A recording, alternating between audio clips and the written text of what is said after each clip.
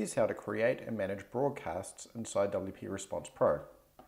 Simply click on the Broadcasts tab inside WP Response Pro, or select Broadcasts underneath the WP Response Pro menu to get started.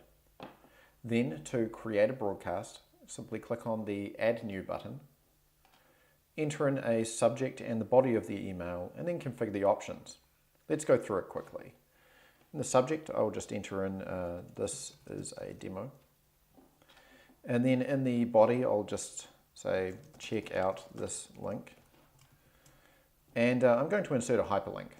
Now, you'll see that the editor here is actually very similar to the standard WordPress editor with just a couple of extra features thrown in.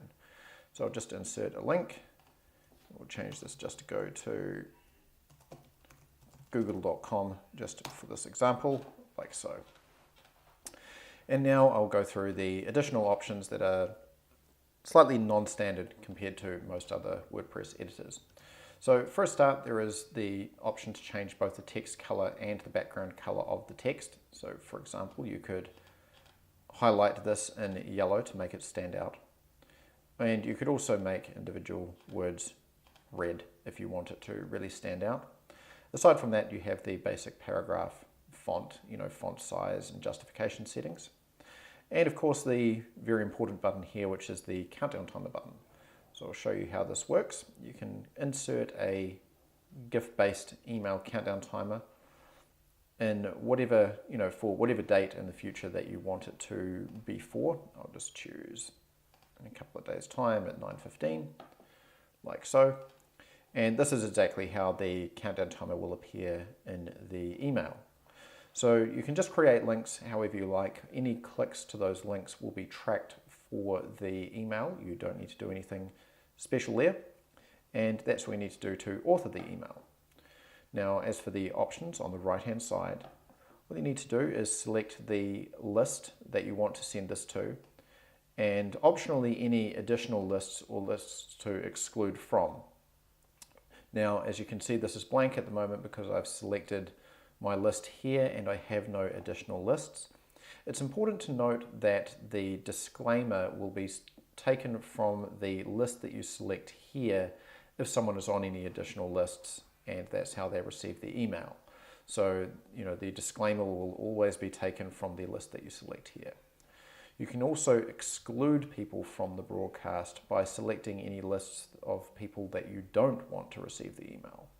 For example, if you had one list with all of your customers on, and then another list with customers who had already purchased the product that you're promoting, you could select that list here to make sure that they don't receive a promotional email for a product that they've already purchased. And then if you have an existing broadcast email that you are essentially sending to an opens for, you can select that email here to ensure that people don't receive an email that they have already seen content for beforehand. And then you can select the date options for when this goes out. Now keep in mind that all of the dates are based on the time zone that you've configured in the settings for WP Response Pro. I will choose to send this out at, let's say, 10 a.m.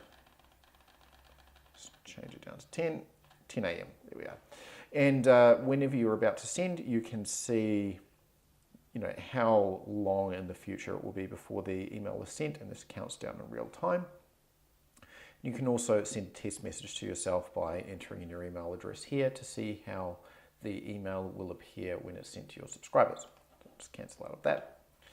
Now, when you click on the send button here, you can still edit the email up until it's actually been sent. So I'll click on send, and essentially that creates and saves the broadcast, which then sits in here. So if you realize that you made a mistake, you can always edit this up until it's been sent, just by clicking the edit button, like so. You can also create a duplicate of a broadcast if you wanted to for any reason by clicking copy.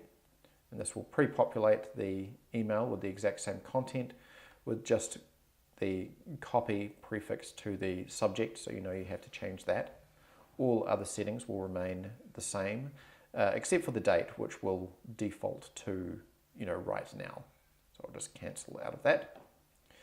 And if you want to quickly configure an email to go to people who have not opened this email, which you can do in advance, you can just click on either the Queue to Unopens link, which will appear before this email is sent, or the Send to Unopens link, which will appear after the email has been sent. So I'll click on Queue to Unopens, and this will duplicate the email and pre-populate the skip people who opened option here. So you can very quickly configure a resend for an email that people haven't opened without having to wait until after the broadcast has actually been sent, for example. And then of course you would just configure your date here. We'll say configure this one for 10 a.m. on let's say the 21st, like so. We'll save that in, and there, that's all set to go. So you can see here that what we have set up is 2 broadcast emails, one of which will be sent in 12 hours and 31 minutes and 2 seconds as of right now. And the other one will be sent roughly 2 days after that with the same content because we copied it, and otherwise everything else is exactly the same. And you can do this for any lists that you have. So that's all there is to standard broadcast editing.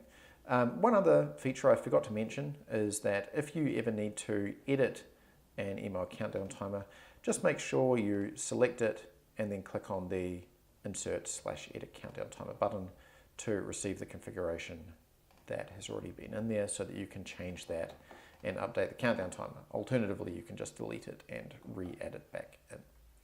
But that's all there is to it.